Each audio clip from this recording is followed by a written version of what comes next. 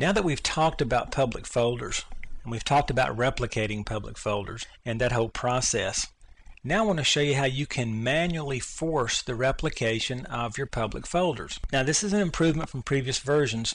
One major reason. We can now force both aspects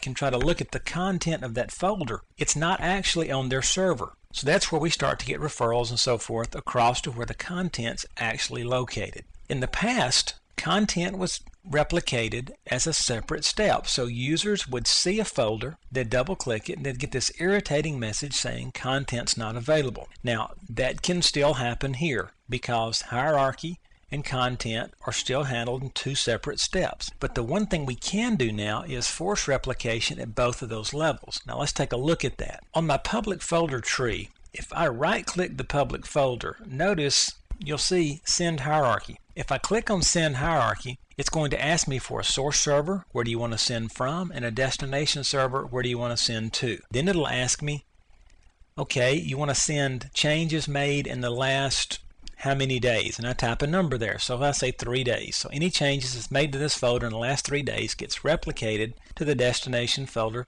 that I chose. Now I'm choosing a destination server, so it's going to give me a list of servers with replicas of this particular folder. Now that sends the hierarchy. That's never really been that much of a problem. We could force replication before, and the hierarchy goes pretty quickly. The problem has been the contents. Well, let's go to the individual folder. Notice I'm going to go to Bob's public folder.